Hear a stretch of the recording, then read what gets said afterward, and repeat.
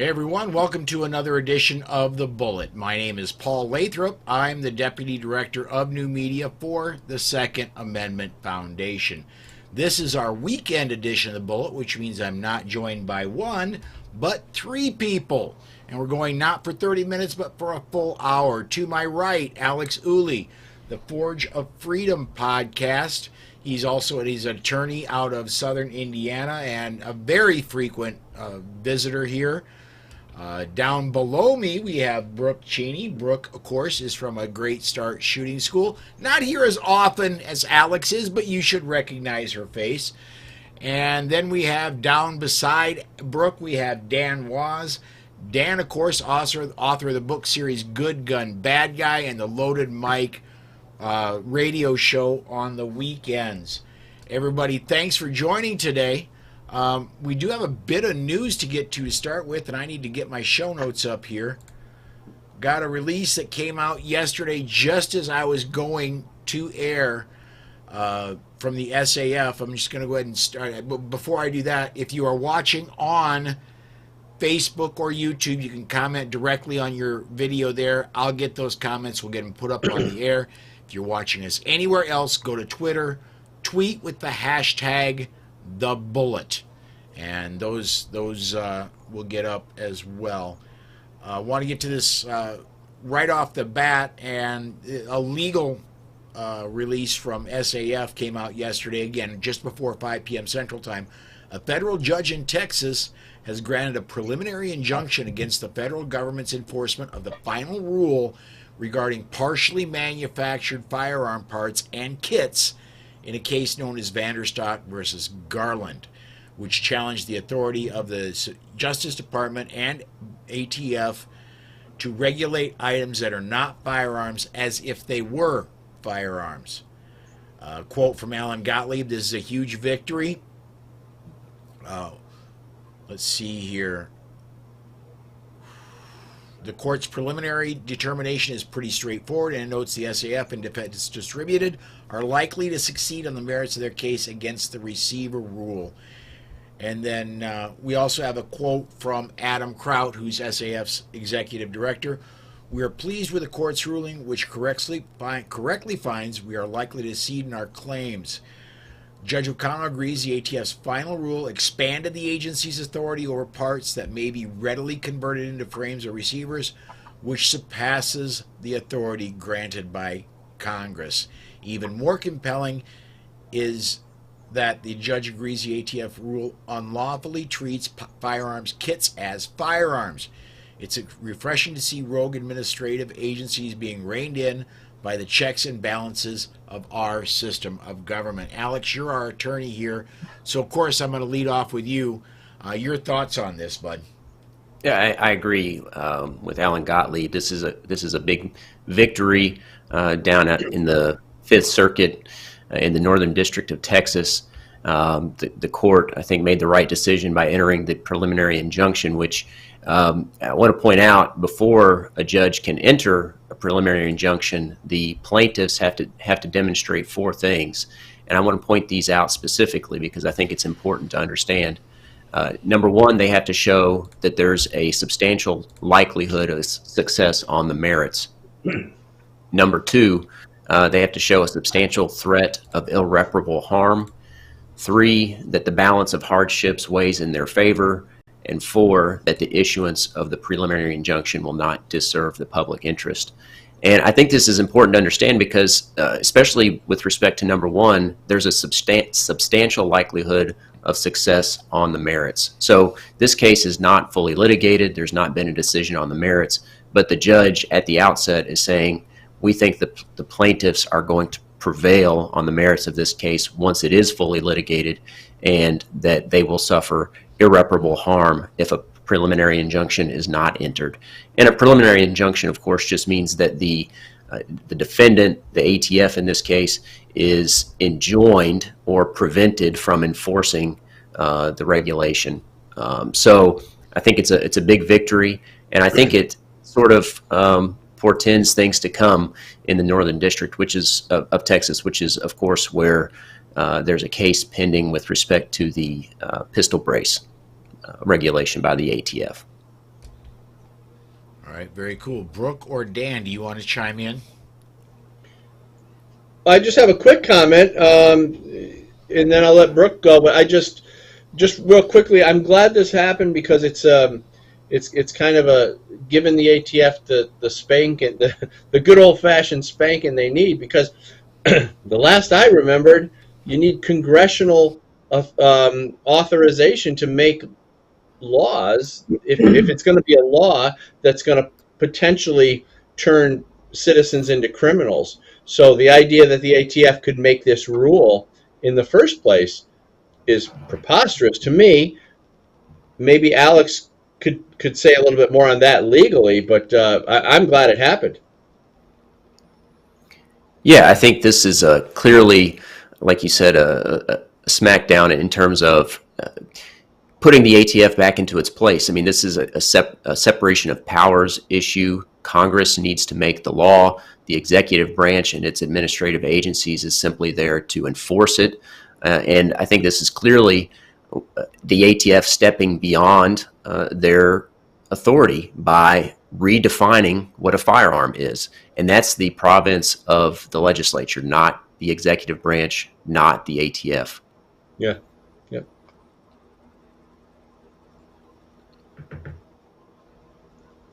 All right, Brooke, do you want to chime in on this one? Well, I will say that this, and then what we're going to talk about next is the pistol brace, is that one of the most challenging things about being a gun owner is there's so many laws already. And as a gun owner, I tell my students at this point, I'm not a law-abiding gun owner, I'm a responsible gun owner, because there are so many laws out there. And when the ATF started handing out all of this, whether it was the pistol brace, individual parts being featured as guns, I'm just like, how could anyone possibly be a law-abiding gun owner the way that they are just willy-nilly doing stuff? And folks who aren't part of the gun community don't understand what's happening, and they don't understand the impact. But most importantly, we have checks and balances. The ATF cannot just redefine. And the fact that people don't understand why that was wrong in the first place is why people like you and me are here to explain to people. So yeah, I'm super happy to see that our courts are stepping up. I'm in Connecticut, so I'll talk more on the pistol brace when we get there, but it's just crazy. It's like the ATF can't just go ahead and change what's legal in my house without, I don't know, I believe there's representation. That's the whole point of being a citizen of a country and not a subject. But, that's just my thought. And the other thing I want to point out, too, is that this decision to enter a preliminary injunction was not on Second Amendment grounds. It's not a decision that's in light of Bruin. They didn't even get to that issue. This decision was made based on the ATF having stepped beyond its administrative authority. They didn't even get to the Second Amendment issue. So the ATF hasn't even made, they don't even pretend to get to the Second Amendment issue. They are stepping beyond their administrative authority at the outset by redefining what a firearm is and stepping on the toes of the legislature. Yeah. Well, and here's where I show my legal geekdom here. I do follow the legal side of it closely, being a part of SAF. And that we get that from even farther, but last year it was reasserted in the Supreme Court in a trying to think of in a case, I think it was West Virginia versus goodness, my brain is going. EPA, yes. Yep. In which the Supreme Court said EPA just cannot make up laws on its own, that they have to go through Congress for their laws. They can make some rules, but their scope is way narrowed. And I think that is where a lot of the ATF cannot make pistol brace rules came from. Yeah, I think the conservative justices on the Supreme Court are keen to rein in administrative rulemaking and administrative authority because, frankly, it's not just the ATF. Like you said, it's the EPA. It's all these other alphabet soup agencies that are going well beyond their authority. And I think it's clearly a violation of separation of powers when they step from simply enforcing the law that the legislature has created into creating new law through their supposed interpretation of the law. I think this goes far beyond interpretation and enforcement and into lawmaking. And I think especially Justice Gorsuch and some of the other conservative members of the Supreme Court, I think are going to rein in administrative agencies in the coming year and in the following term next year, hopefully. I want to get a comment in here real quick.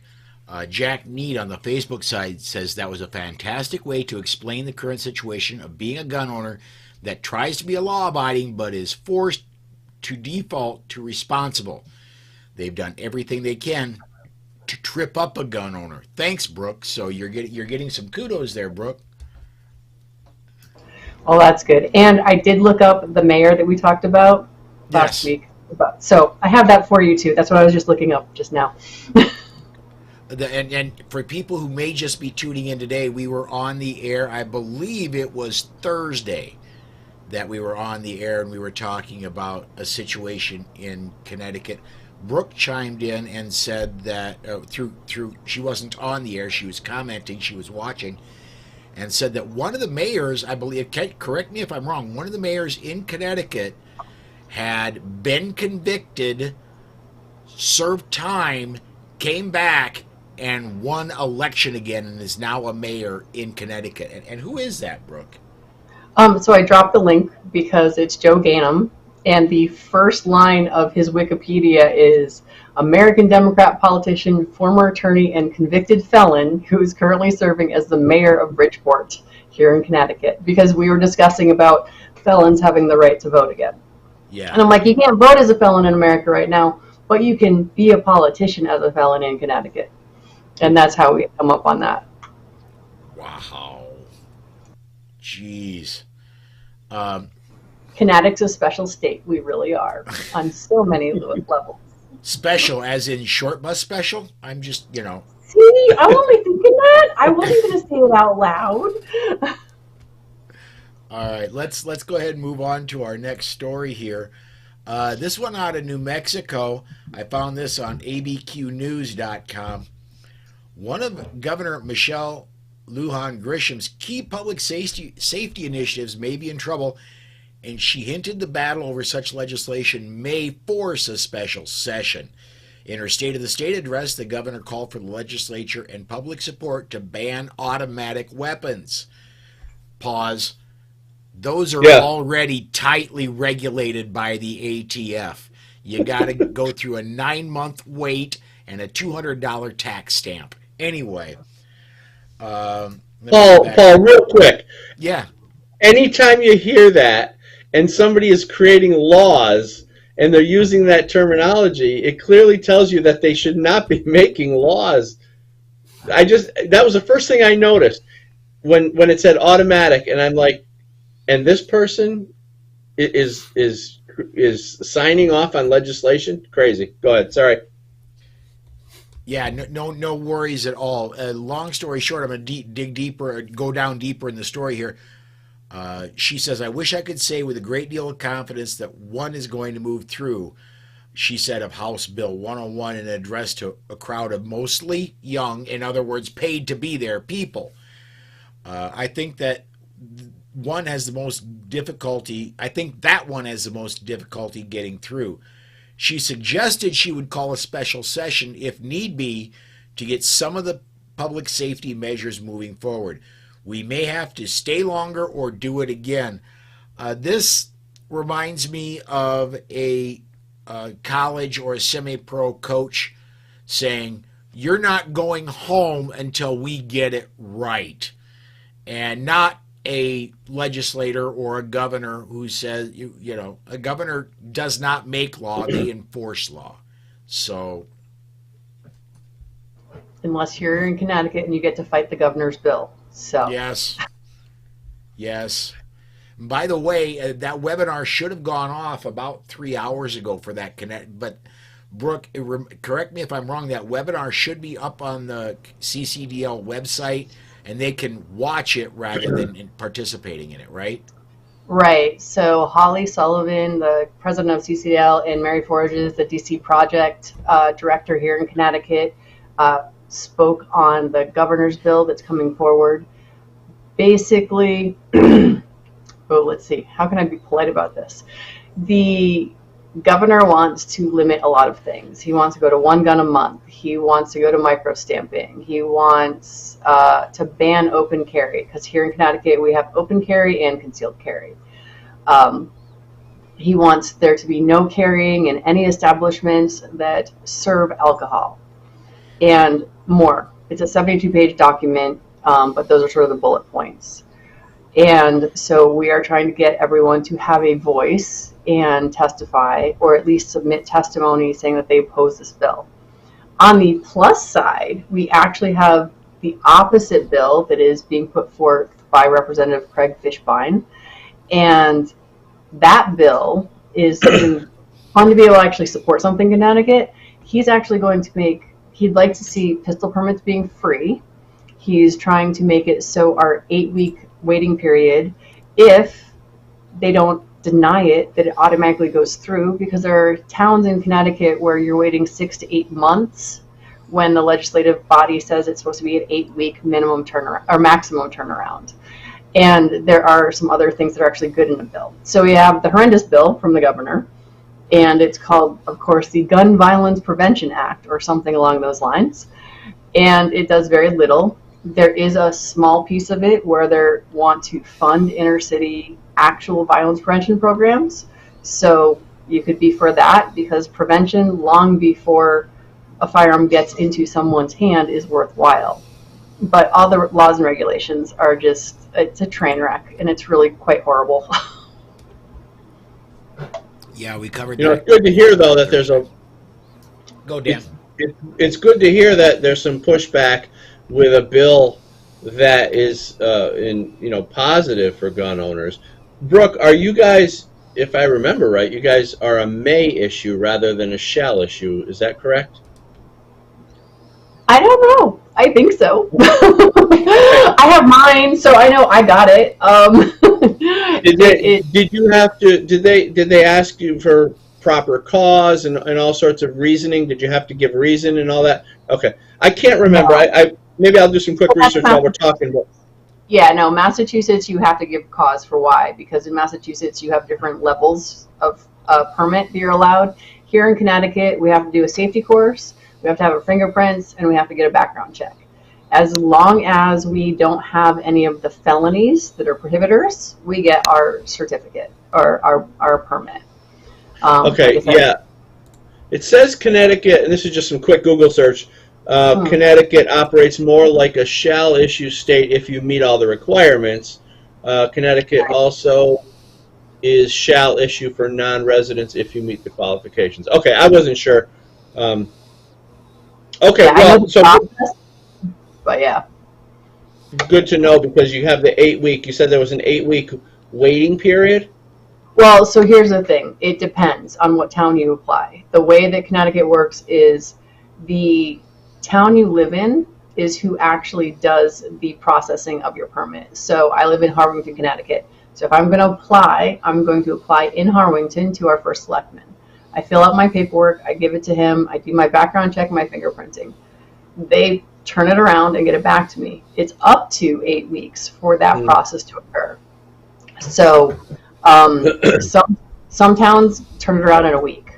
Other towns, literally, people are waiting 6 to 8 months. And so because the state statute actually says 8 weeks, Mr. Fishbein drag their feet, right? Yeah, exactly. Like Waterbury is one of the notorious ones. I think they've gotten better because CCDL has sued them often enough, because people are waiting 6 to 8 months versus the state statute of 8 weeks. So it's not a waiting period. It's just that's the time that towns are given to turn around the permitting process. Yeah, let me get a couple of comments in here quick. Going back to Dan, your comment a while back, 500 Magnum said, I highly doubt 99% of the politicians in office have ever shot a gun before.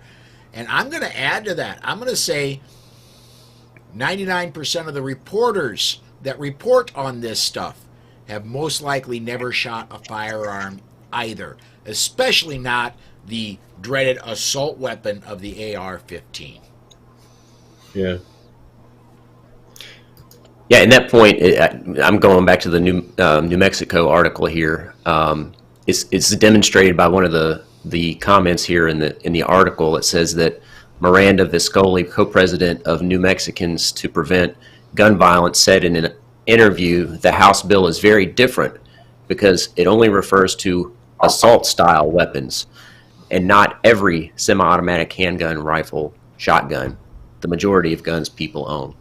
And so clearly, this co-president of the New Mexicans to Prevent Gun Violence is making this distinction based on so-called assault-style weapons and I guess the way it looks, the furniture it has, etc., which shows a great deal of ignorance about how firearms actually work.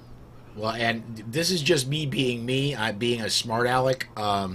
He's co-president because there are two of them, and they elected each other. So that's one way to look at it. It's possible.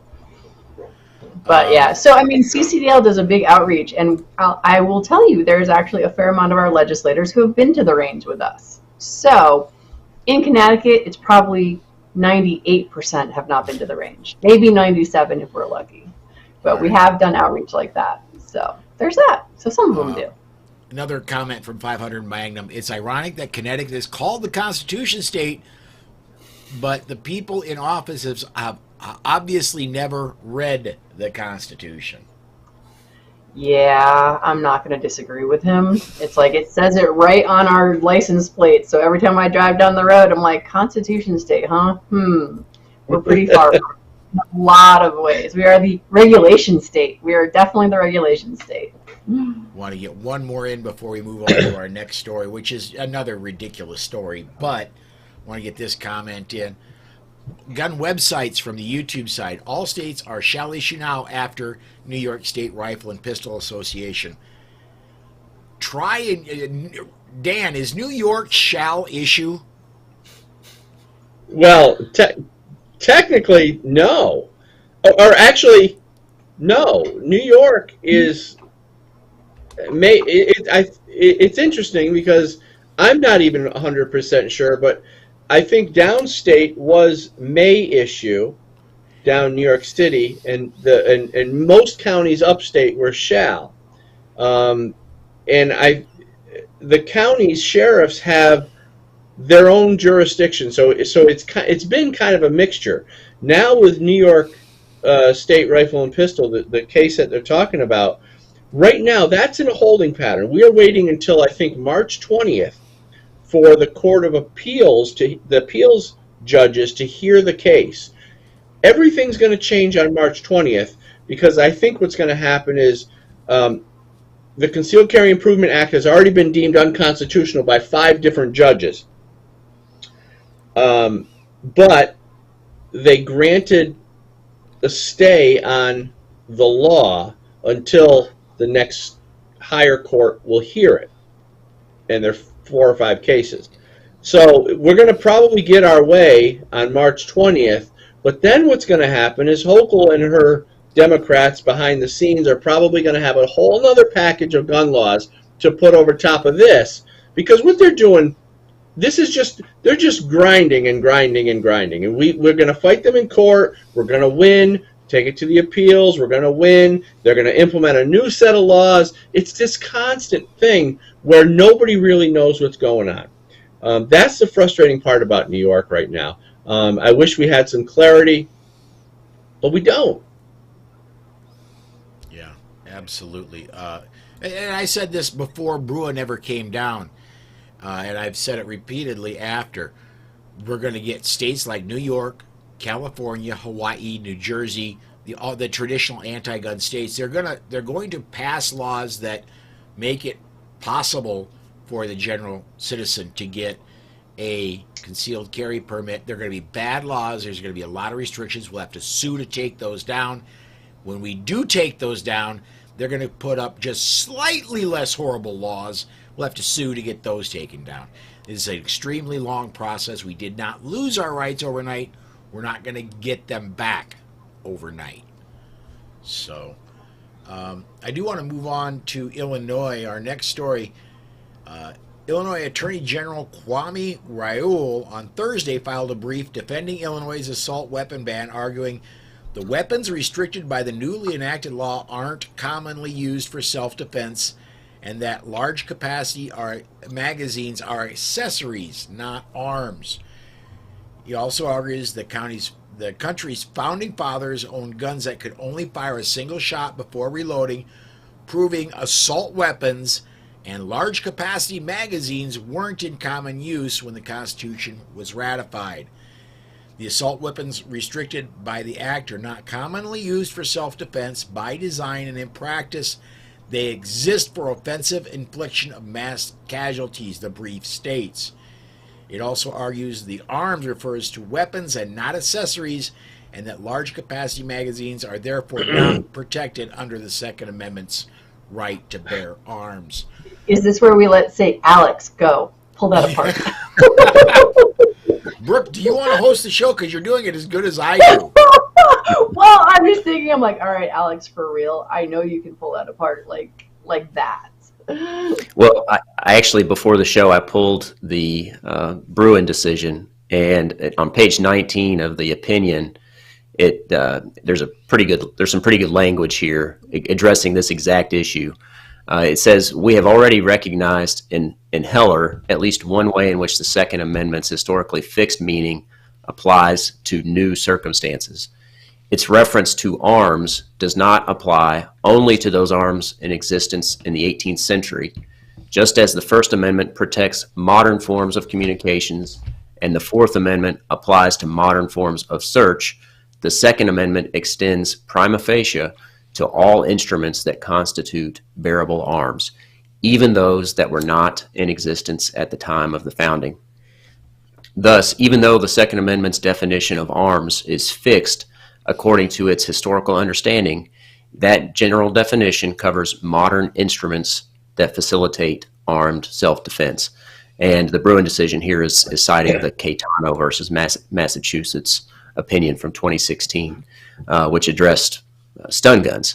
So I think clearly the Supreme Court has addressed this issue, and you can see from this article, and Illinois is just ignoring the Supreme Court's language in their decision in Bruin. So I think clearly AR-15s with standard capacity magazines, I think they're clearly in common use and subject to the protection of the Second Amendment through Heller, through the common use test, through Caetano, and now through Bruin. You know, if I remember right, there is a law that allows citizens to sue legislators, governors, and whoever for knowingly implementing Constitution violating laws. And in the case of Illinois, in the case of New York, and many of these anti-gun states, that's exactly what they're doing. They've been told repeatedly by the Supreme Court, by judges, that the laws are unconstitutional, yet they continue to do the same damn thing over and over. And we end up having to just keep going back to court with our wonderful gun rights organizations, Second Amendment Foundation, Gun Owners of America, and so on, and spending tons of money just to keep fighting them to try and preserve. When I guess my question is, if anybody knows the answer, why aren't we suing these officials personally in I think it's civil court? Correct me if I'm wrong. That's right. There's a provision under United States Code. It's a federal statute, 42 U.S.C. 1983. Commonly, these types of cases are commonly referred to as 1983 cases, which are simply civil cases for violation of constitutional rights by government officials. Unfortunately, the way that those typically work out is that the government official that's being sued very rarely has any skin in the game or has to be personally liable out of their own pocket for any damages that are assessed or determined from the litigation. It's typically the taxpayers that pay the judgment if the plaintiff prevails. So there's very little incentive for government officials to care whether or not they're sued, because they're not the ones paying the judgment if the plaintiff is successful. And then there are the additional hurdles of immunity, absolute immunity in some circumstances and qualified immunity in others. So there are some pretty significant impediments for civil rights cases like those to prevail, and then to obtain personal liability is even more difficult. It's unfortunate that law doesn't have any teeth, so to speak, because we end up paying, if we win that case, we end up paying it, so to speak, because it's taxpayer money. Yeah. Because of the governor's bill, I'm talking to lots of people who are testifying right now, and it was actually one of my friend's testimony that put in there. It's like, these lawmakers should absolutely be taken to the court system, because I'm an elected official too, and it's one of those things where it's like, you say that, when you take your oath, your oath says you're going to uphold the Connecticut Constitution as well as the Constitution of the United States. And, it's the oath that we take before we take office. So we should actually be held to it. So Dan, to your point, yes, it would make sense that people were actually held to it. It's just there needs to be a better vehicle, because politicians just are not. It's like, I've been playing in the political field for over a decade now, and they really do live in little glass houses where everything is just the way they see them, and a lot of them are surrounded by yes men. That, oh yes, of course, because I know Holly and Mary had their thing, but I've been putting up little YouTube and Facebook stuff all week, and I'll do it the rest of the weekend, where it's like, it's not that hard to have your voice heard, but so many gun owners don't even step up to at least submit their testimony. So then to take that additional step to actually, how can we sue them? How can we get them to court? Because part of it is we take places like the Second Amendment Foundation and expect that they're going to take care of us. Sort of like we expect the Second Amendment to protect us, because I used to be a dumb gun bunny. I knew nothing about anything. I thought if I didn't shoot anyone with my gun, that's all I needed to do to be a law-abiding citizen. And most gun owners don't understand how badly we have gotten rid of the Second Amendment. So a lot of it's just education. It's like DC Project said, education over legislation. And we just need to keep educating. We get a comment in here from Pete over at Gun Websites. Suggesting a single shot gun is not as dangerous as a modern gun to justify the POV point of view that we can't use modern guns. Isn't that just illogical? A single shot gun in the 1800s was the assault weapon of the day. Yeah, anybody that doesn't believe that, go look up the Kentucky rifle. That was coming into being just before the War of Independence, and if you had a Kentucky rifle in the Revolutionary War, you could reach out a lot farther than just a regular musket, and a lot more accurately. That was the assault weapon of the day. And also, one other logical fallacy to this argument by the Illinois Attorney General is that, okay, he's saying that you could only own single-shot rifles. Okay, well, can I now own a ship with cannons because and sail it right off the beach there on Lake, I believe it's Lake Michigan now, whatever lake it is that is right on between Indiana and Illinois. You ought to be able to sail a cannon-filled ship right off the coast there in Chicago, and they shouldn't be able to do a darn thing about it if we are strictly going to the rules of 1791. Well, and I just want to point out too, there was a rifle, I think it was called the Girardoni air rifle, that was used by Lewis and Clark on the Lewis and Clark expedition, and it was capable of firing 30 shots in rapid succession. So this is a firearm that was introduced, I believe, 12 years before the Second Amendment was adopted. So we had repeating arms before the Second Amendment was ratified. So I think that these arguments about only being able to shoot a single round are absurd, even when you look at the history. So I don't think we should concede that point.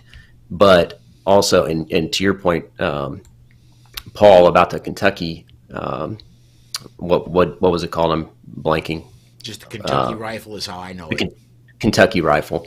But nevertheless, like we said earlier with the language from Bruin, the Second Amendment protects arms in common use.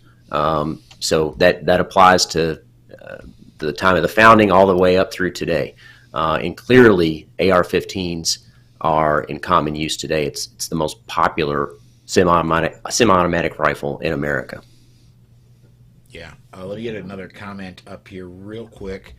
Also from gun websites, could a public awareness campaign to calculate and record the cost of the bad laws be useful at election time to remind voters how much money the politicians spend?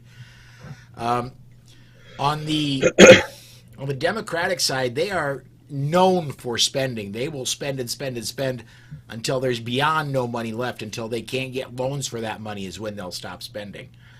Then they just tax us a little more. Yeah.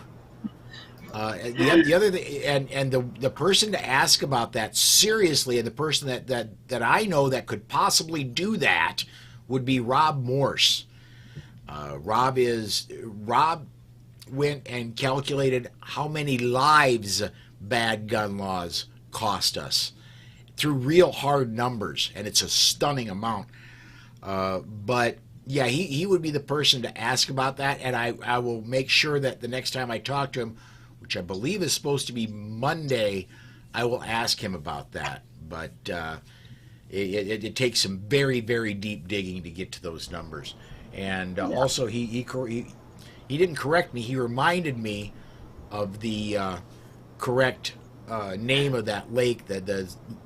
I was struggling between Superior and Ontario, and I knew neither of those were right. Pete correctly says that's Lake Michigan over there. So, yeah, when it comes to money, they're very interesting in how they raise money. On top of the gun bills that we have coming through, we actually have a bill that was put up, it's also being heard on Monday, that is for mandatory voting. And if you don't vote, you're going to get a postcard in the mail, and you're going to say why you didn't vote. And if they don't like your answer, or you don't send the postcard back, they're going to fine you. So this is another way that Democrats in Connecticut are raising money. Wow. Now, how? Yeah. That money the fine, because a fine has to be a state thing or a municipality thing. Where does that fine money go? I'm going to guess the general fund, because that's where they put everything. And so yeah, it's so much fun being politically active in Connecticut. It's what I get so excited about getting. Dan, am I upping my sarcasm game? What do you think? Am I doing good? Yeah, you're doing good. Let's see by the end of the show if we can both get it up there. All right. Well, and 500 Magnum brings out a good point. Let me get this one in. The single-action revolver that Robert Ford used to assassinate Jesse James probably would have been considered a so-called assault weapon at the time, stupidly enough. You know, that's a great point. We have technology all the time that is improving and is moving the effectiveness of firearms forward. I was watching a show on the History Channel the other day, and they now have, I believe it was called Modern Weapons, but they or something to that effect. Anyway, they now have a caseless round they can put into this weapon system, and they can fire. It's a multi-barreled system. It looks like a rocket launcher you would put on top of a vehicle. However, this thing can fire in the hundreds of thousands of rounds per minute, not just 6, 8, 900 rounds a minute. We're talking, thousands and thousands of rounds a minute, just a wall of lead flying down. And this is all caseless, so you don't have to deal with the extraction of the cases after you fire it. When I was seeing that, I was going, Susan, you got to see this. You got to get me one of these. So, oh, Brooke, you're muted. So that's what you're going to get for Christmas then? Susan's going to take care of that for you? Okay. I'm hoping, yes, to go right along with my A10 that I want to get for Christmas sometime. I thought we were going to talk about crystal braces, but then I looked at your show notes, and apparently we are not. Well, no? let's I think the pistol brace rule ties in with our first story. So, okay.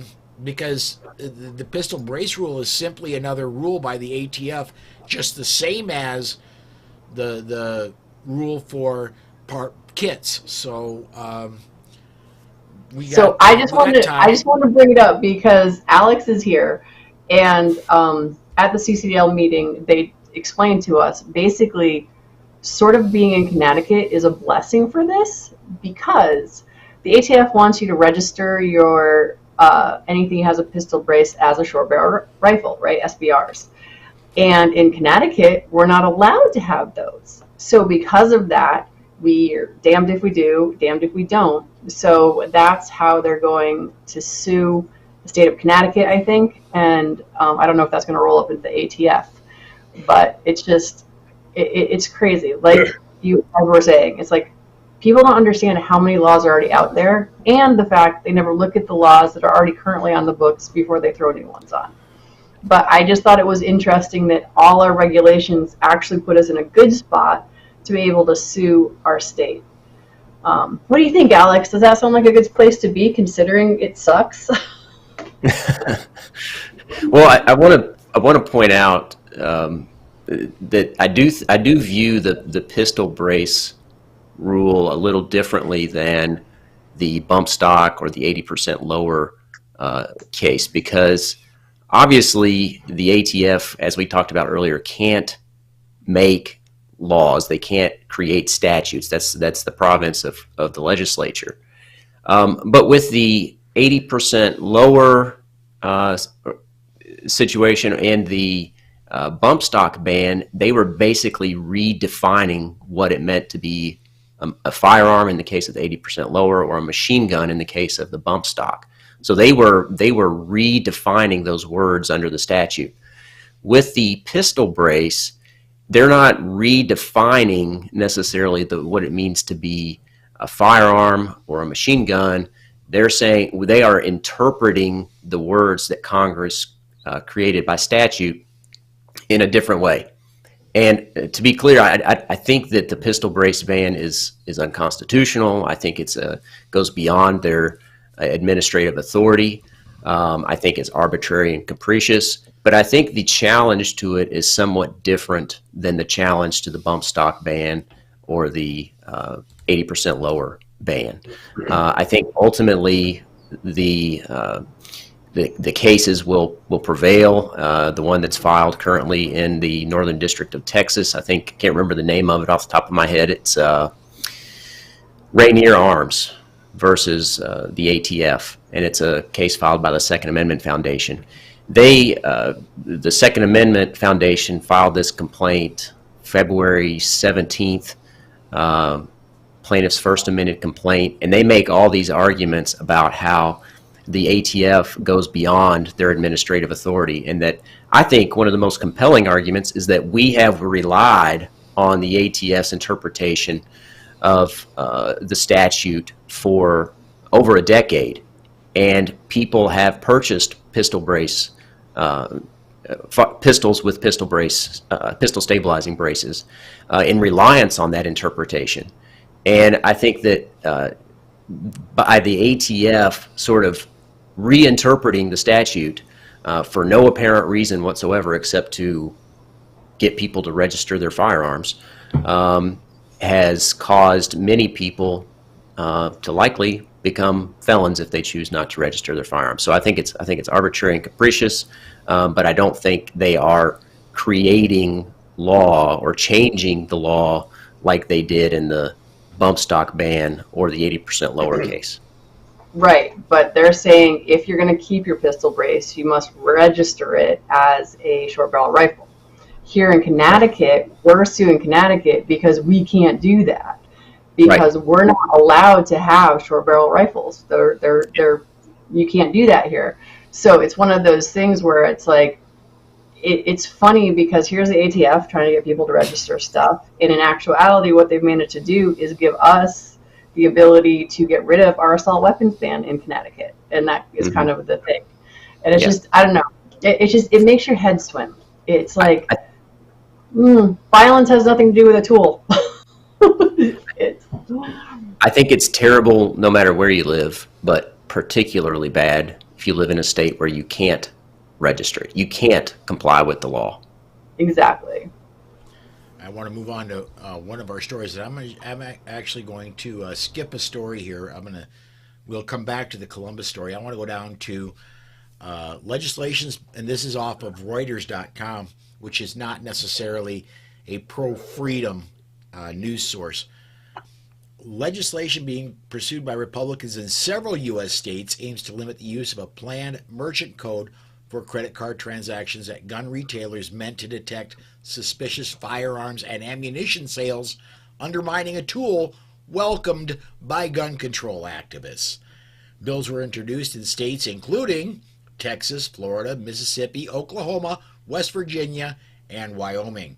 They would prohibit or limit banks or payment processors from using the Merchant Category Code, or MCC, approved for gun sellers in September by the Geneva-based non-governmental International Organization for Standardization, ISO, which develops standards on various aspects of technology and manufacturing. Separate from this story, Discover Card, when they back in September when this first came out, a Visa, MasterCard, American Express said, yes, we're going to do this. Discover stayed silent until last week when Discover said, yes, we're going to do it. By the way, we're starting in April.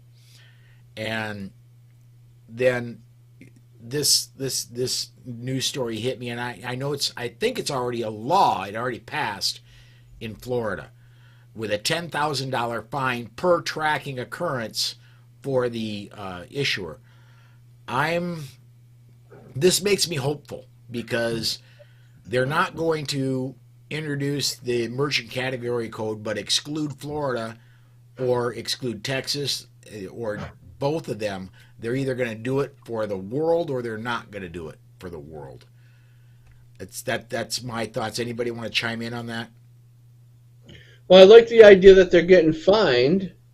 That would be a good thing. In other words, we're keeping them in check. We shouldn't have to do this in the first place, but pay off your Discover card and never use it again because they don't deserve our interest, our interest rates. Yes, absolutely. I have several debit and credit cards, and I don't know how you can operate in today's society without at least a debit card, and a credit card if you want to fly or rent a car is almost well, I will say, unnecessary. since this started, though, a lot more people are going to the gun stores with cash because people don't want to be tracked. For me, for training, more people are saying, so can I pay you cash? And I'm like, yes, you can. I mean, even working on so you can pay with Bitcoin, it's fine.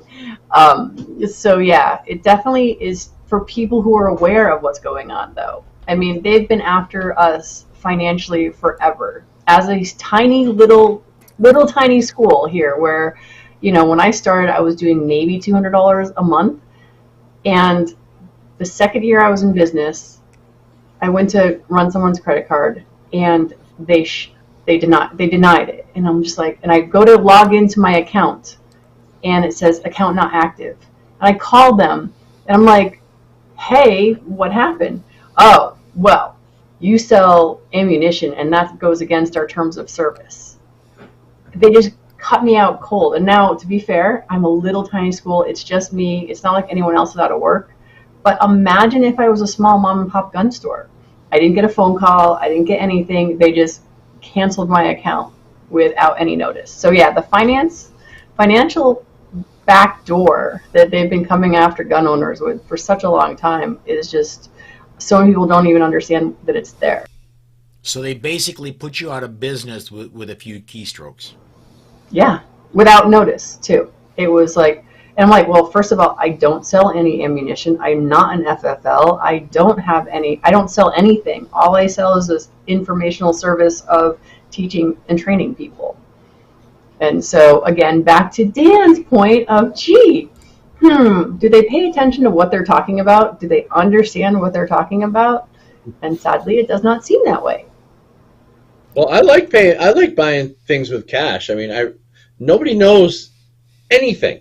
I mean, I can buy with cash all day long, and nobody has a clue of what I'm purchasing or where I'm going or anything. And but the problem is with our society is credit cards have become so like Paul said, they're necessary. I mean, you can't book a plane flight or a hotel or a rental car. You got to have credit cards. You got to be able to use that stuff, which is why I think they're trying to make cash, this kind of a taboo thing. People sometimes will get annoyed at the cash register if you give them cash. They're used to everybody using credit cards now, which is, and it's a way to control the people. It's a way to track them, and it's a way to control the money too. They can you can get shut off, and that's what I'm really worried about. They did it in Canada with the truckers. They don't have those ideas here in America. Well, and let's. This is not in show notes. I want to just kind of branch off a little bit here. One of the dangers of a cashless society, where they go all to debit, credit card type thing, and everything is tracked. Not only is everything tracked, everything is taxed, which is really why they're pushing to do it. Yeah. Yeah. Think about this. I heard this little thing. I forget where I heard this, but if you have $100 in cash and you spend it, that $100 remains to be $100 with all the people who you pass it along to. You $10 here, $20 there. Those people still have the actual money, but when you use credit, the bank is taking a fee. Yep. So eventually that $100 gets deteriorated down to nothing, and the bank ends up holding all of it in fees. It might not be the same bank, but several banks. So credit money gets deteriorated along the way, where cash holds its value no matter how many transactions you make with it. I think, and to your point earlier, Dan, about maintaining some privacy personally by using cash, I think that's a great idea. But the problem is, and this goes to Brooke's point, that there's sort of this backdoor regulation still, because businesses that have a large cash business are sometimes flagged by their own banks for having suspicious transaction activity because they have such large amounts of cash. So if they're selling gold and silver or guns or something else, and they make large cash deposits, sometimes their own bank will flag their accounts, lock their accounts, or put holds on their accounts until that activity is cleared. So even if you and I might be able to buy products with cash, the business itself is still struggling because there's this war on cash even in the background for the business itself. Yeah, good point. Yeah. Absolutely. I want to get some comments in here because this really lit the comment stream up. Let me get first one up, 500 Magnum. I don't have a Discover card now. I damn sure never will either. And I got to get this one in from Robert because I just find it funny. I liked you, Dan, until I saw that helmet on your mantle. Go Birds. This is not the first time I've been harassed about the Dallas Cowboys helmet. My good friend Eric Pratt from Gun Owners of America said, Dan, I don't know about that Dallas helmet you got there. I hope our friendship is strong enough to endure it. So, sorry, I was cheering him on this year, but didn't quite make it. Yeah, well, I think they need to have a logo on their helmet right beside the star with somebody choking, because that seems to be what Dallas is good at lately. And I say that as a Minnesota Vikings fan, and the Cowboys have had more Super Bowl victories than Minnesota has. So just putting that out there publicly with a caveat. Get one up here from Robert. He says, that's why they took guns away from the Canadians first. I don't know if Canada's gone full cashless. I know they're well on their way, but I believe we need to fight that here as much as we can. I have debit and credit cards, like I said, because I wouldn't have been able to take vacation to this place over here that you see in the background, which, by the way, I took that photo. I wouldn't have been able to take vacation there unless I owned a boat that could sail several hundred miles over the open ocean, and I don't. So credit and debit transactions are bad enough, but at least with credit and debit transactions, there is still a buffer between you and the government through the bank. It's not much of a buffer, but at least there's a buffer. The more concerning development from my perspective is what's called central bank digital currencies, CBDCs. And these are basically just digital dollars that can be tracked, taxed, and withheld with no buffer whatsoever. There's no bank in between. It's just a direct connection from the government to your wallet. And I think those are far more concerning even than credit and debit transactions. Yeah, and no, I wonder what the what kind of tracking there is on things like Venmo and PayPal and some of the other ones. Does anybody know about those? Because if you can keep your funds in those accounts, let's say a Venmo account, and just use it, and are those companies being tracked at all? Is there any way of them seeing what transactions you're doing? I think that, and I'm not an expert on this, this is a lay opinion in this regard. I think the companies can track it. So in the case of Venmo, PayPal, or with Cash App, you've got Square or Block. I think those companies can see it, but for the government to see that activity, I think they would need some sort of warrant to view that activity, or at least to see the specifics about the activity. Again, I'm not an expert in that regard, but I think that at least there's still some buffer there. And also, Venmo's kind of weird because I don't use it that often, but it shows you that your other friends are having transactions with your other friends. So I'm like, I don't really care. Why are we sharing this? So, I mean, it is at least internally within Venmo. It shows who's transactioning with who. And so just that alone, if they have that information and they share it with you, the user, they can easily. And of course, you can turn that off. You can turn that feature off for yourself. But every time you open your Venmo, somebody bought whatever, a couch on Marketplace. Who cares? Someone does, though. Someone's very interested because they made a feature, and someone spent time coding that. So it is there. We are coming up on the top of the hour, and we're going to go late because this takes a few minutes because I need to get around to everybody. I'm going to start with Alex, though. Alex, Forge of Freedom podcast. Tell us about that and anything else you want to plug, bud. Yeah, so I'm an attorney. I'm a firearms instructor, but my passion doesn't stop with firearms. I care about freedom more broadly, and I decided to start a podcast to talk about a broad range of topics related to freedom. I've talked about the Bill of Rights and qualified immunity and civil asset forfeiture. I talked about actually the Second Amendment. Just recorded a podcast about the Second Amendment that I plan to release tomorrow, and that's a weekly podcast that I've been releasing every Sunday, and it's something that I'm passionate about. So I'll talk about firearms, but I'm going to talk about a lot of other topics. And I'm actually going to be teaching, just an announcement, going to be teaching a 5-hour legal seminar with my father, Mike. He's also an attorney and a firearms instructor.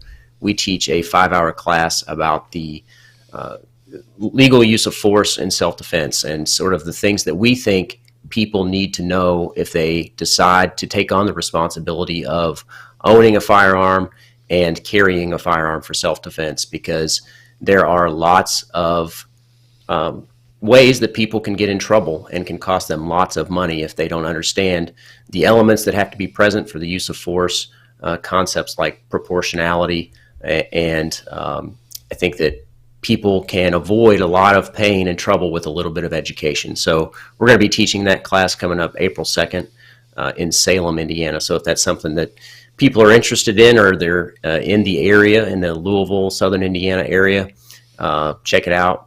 You can find it on the Forge of Freedom Facebook page. DJ Play Nice just had a comment. You put up a tag, firearmstrainerpodcast.com, with the show you were on. You've also been on several other shows other than here. And just thanks, DJ, for putting that up. And we're going to go ahead and go next. Dan, I want you to talk about this, and also your radio show, if you would. If everybody that can't see it, this is one of the Good Gun Bad Guy books. I have them here. I highly recommend them. Dan, talk about that and anything else you want to plug, buddy. Thank you for holding that up. That's book number 2. You can see the entire series over my shoulder, not the side where the Dallas Cowboy helmet is, the other side. And the book series really talks about the mindset of the anti-gun crowd and what they're thinking and how we can understand the way they shape the narrative, the anti-gun narrative, understanding them so we can either help them or defeat them. And then book 2 gets into the media's involvement in the gun grab. The narrative and the propaganda is very important to them, and the media has their hands in it. With some very strategic and effective, strategies. And then the third book gets into the politics behind the gun grab. Why do some want an unarmed population? We talk about other countries and what's happened to them. So book 3 is more about the politics. You can get the entire book series at goodgunbadguy.com. I know there are some autographed hard copies available. But goodgunbadguy.com is where to go to get the book series. And then my web show, The Loaded Mic, at loadedmic.com, primarily a Second Amendment, very Second Amendment heavy show. But we do get into politics of the day and a lot of funny segments, and we just have a total blast on Loaded Mic. That's loadedmic.com, or you can check out The Loaded Mic on OpsLens at 8 p.m. on Thursday evenings, Eastern. GoodGunBadGuy.com and LoadedMic.com. A couple of comments from Robert. He says, the star isn't a symbol, referring to the Cowboys helmet. It's a rating. Yeah, 1 star. He also says, speaking of your comment, Alex, that's probably true in general. You can avoid a lot of pain with a little bit of education. And DJ Play Nice comments, going back to your background, Dan, Les Paul on the wall. And I saw Les Paul in New York play. That was pretty cool. Yeah. That there is a 1960 reissue. The hottest guitar that I have. I love the sound. I've been playing guitar my whole life. Played in rock bands my whole life. But that there is the cream of the crop. Through a Marshall stack or a Mesa Boogie stack, you can't beat that sound. It's awesome. All right, and we got a comment in from DJ Play Nice, promoting Brooke Cheney's channel and a Great Start Shooting School. He says, live show later tonight. Check it out every Saturday. Brooke, tell us a little bit about that and your Great Start Shooting School, if you would. All right, so it is Saturday, and every Saturday since 2018, I do a little thing called Suicide Prevention Saturday. And the reason I say little thing, because it's literally, I try to do like a 15-minute. We talk about mental health, we talk about dealing with suicide, we talk about resources available, veteran suicide, because they're twice as likely to die from a firearm death. So Suicide Prevention Saturday happens tonight at 9 p.m. Eastern. I have it on my personal Facebook, I have it on a Great Start Shooting School Facebook, and I also have it on, like DJ said, my YouTube Great Start Shooting School. So when you go to Great Start Shooting School, you will see a lot more stuff on suicide than you will on guns or anything else. Because 2 out of every 3 gun deaths that we hear about from the CDC are suicides. So I need to get Dan's books, because it's one of those things where the mentality behind saving lives, when you give people actual ways to save lives, it makes such a huge difference. And that's not what we're doing in Connecticut. So that's all I got for you, 9 p.m. Oh, wait a second, no. Also, I'm going to suggest that anyone who is not already a member of the Second Amendment Foundation, that they pony up and go ahead and buy some. Because I never see Paul ever promote Second Amendment. So I think for once we should say, if you're not a member, please join. It doesn't cost much. I only promoted about 1 out of every, even though every show is paid for by the Second Amendment Foundation, and I mention them in every show, I only do a strong plug about 1 every 3 or 4 shows. But yeah, absolutely. The Second Amendment Foundation, going back to my standard patter about it, nobody has won more lawsuits than the Second Amendment Foundation in the past 30 years, period. That includes NRA, that includes Firearms Policy Coalition, that includes everybody. Nobody is more successful in the court system than SAF, period, full stop. Let me get a couple more, because this is great. DJ, thanks for tuning in, DJ. You're getting some excellent stuff in here. Are you in crisis or know someone who is? Dial 988 or 1-800-273-TALK. Don't want to talk? Then you can text TALK to 741741. DJ runs my boards on Saturday nights. That's why he has all of this. So, again, thanks, DJ. On my end, that's going to do it for us today. We're a little over on time. I told you this takes a few minutes to get to the end once I start the process, but that does wrap up my week of broadcasting. I do volunteer stuff for Amanda Suffolcool tomorrow, but this is all the paid broadcasts for me this week. Come join me next week, Monday through Friday, 5 p.m. Central Time, for regular weekday editions of The Bullet. And next week, I have you're going to see some very new people next week. Let me pull up my calendar so I can get the booking list on that.